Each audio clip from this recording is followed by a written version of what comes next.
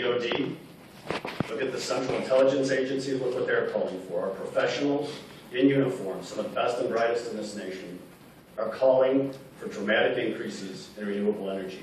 The men and women that we send into combat around the world are often put in harm's way over energy issues. The Marine Corps, the Navy, the Air Force, all of us are doubling down on renewable investments.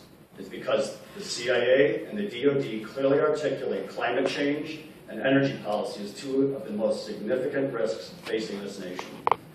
Congressman Upton used to talk about climate change on his own website, talking about how reducing carbon and changing climate change is one of the most important things we have in front of us, and that everything has to be on the table. The way you put everything on the table is you address the current energy that you're using today, and you add millions of jobs from the renewable energy industry on top of that. It's additive. I am in favor of all of the above energy policy, all existing jobs, growing it. We add millions of jobs on top of that with renewables. We do the right thing by national security. We do the right things by the climate. You go to Iowa, the state of Iowa. Go to Iowa and try and change their renewable energy policy, and you're going to get in a fist fight with Republicans just like Democrats. Because the Republicans in Iowa have fought voraciously for renewable energy. And guess who's getting the jobs?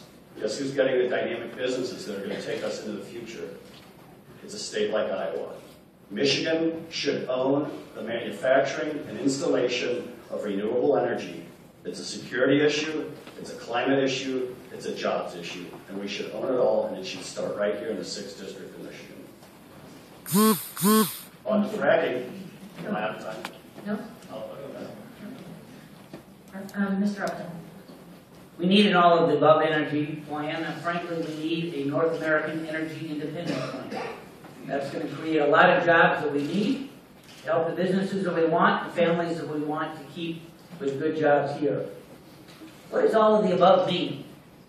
It means safe drilling, it means ANWR, it means expanding already the 1 million barrels a day that we get from Canada. Already we get 1 million barrels a day from oil sands. So I presume, Mike, that when you say all of the above existing plans, that includes continuing to get oil where we can refine it here in this country and use it among our citizens. It means safe nuclear, which provides about 20% of our electricity. Yes, it does mean renewables, like wind and solar. Michigan, because of our state legislature, we have a mandate. We're going to need to have at least 10% of our energy come from renewables by 2015. That's on the books already. And our utilities tell us that we're going to be able to get there. So renewables, whether they be hydro, whether they be wind, whether they be solar, they need to be part of that mix. Fracking has to be part of it. The President has said for weeks that he wants to double our production of natural gas. That only happens with safe fracking. We want to make sure that the regs are in place to make sure that it is safe, but again, it needs to be part of the mix. The auto industry, on their own, working with the administration, are going to try to get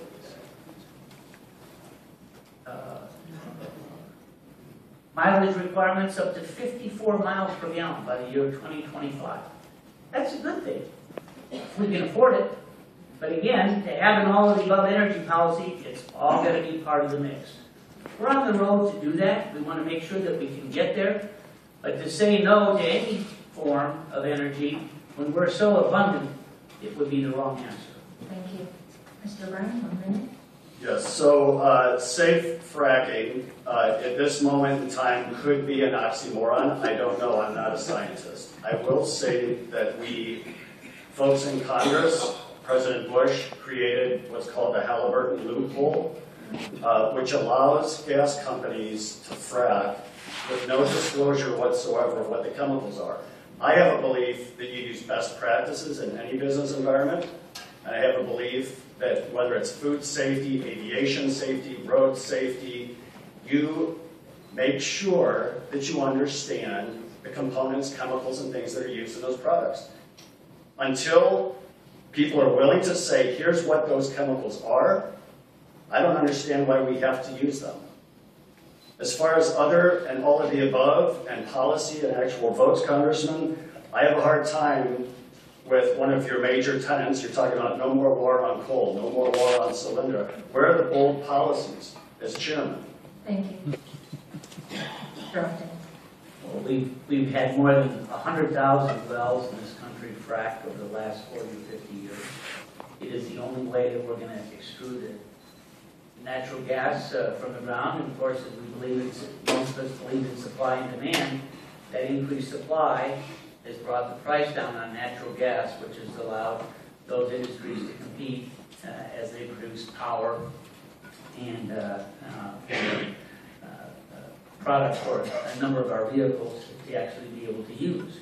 So all of the above means exactly that, and I'm for it. All right, our next question.